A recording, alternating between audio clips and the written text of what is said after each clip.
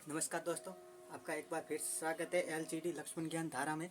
आज हम बताऊंगा जो अ, निम्नात्मक जैसे कि बड़े प्रश्न एग्जाम में किस प्रकार से आएंगे उसके पैटर्न बता रहा हूँ। ठीक है, फर्स्ट क्वेश्चन है स्वेज व पानामा नहर की तुलनात्मक व्याख्या करनी है। किसकी? स्वेज व पानामा नहर की तुलनात्मक व्याख्या करनी है। इस बिंदु के आधार पर, किसके आधार पर? अपने को दो बिंदु दिखाए। एक तो इसकी स्थिति किस प्रकार से इसकी स्थिति, और दूसरा आंतरिक जल प्रवाह, इसके अंदर वाले जल प्रवाह के रूप में मारक, जल प्रवाह के मारक के रूप में अपने को महत्व बताना है। ठीक है, फिर दूसरा क्वेश्चन आ रहा है cyber space. Cyber space internet से आप क्या समझते हो?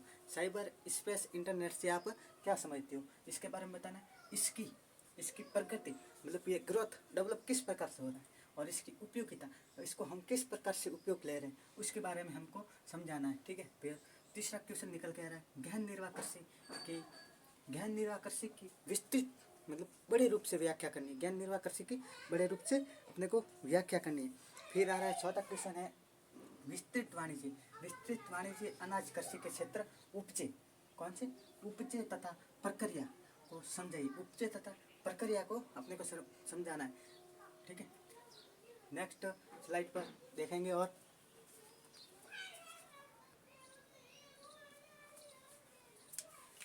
फिर आ रहा है भूमध्य सागरीय, कौन सी सागरीय? भूमध्य सागरीय कृषि पर टिप्पणी करनी है। भूमध्य सागरीय कृषि पर अपने को टिप्पणी करनी है। क्या करनी है? टिप्पणी करनी है। ठीक है, फिर आ रहा है छठा क्वेश्चन आ रहा है भारत में सहायक कृषि को निम्नलिखित बिंदुओं के आधार पर समझाइए। सहायक कृषि को किसको समझना है? सहायक कृषि को। पहला है बिंदु परिचय, इसका अपने को परिचय देना है। फिर वहाँ की जलवायु किस प्रकार से, जलवायु के बारे में। फिर देना है उत्पादन किस प्रकार से होता है सहायक का, उसके बारे में अपने को देना है। ठीक है, फिर सातवां क्वेश्चन निकल के आ रहा है भारत के कपास, कौन से? भारत के। फिर आ रहा है भारत के कपास, कौन से? भारत के कपास की कृषि का वर्णन निम्नलिखित बिंदुओं के आधार पर कीजिए। पहला बिंदु है परिचय देना है, होगा वो है सेम। दूसरा जलवायु है।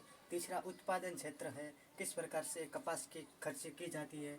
फिर आठवां क्वेश्चन निकल के आ रहा है भारत में भू उपयोग वर्गीकरण को समझाइए। भारत में भूमि उपयोग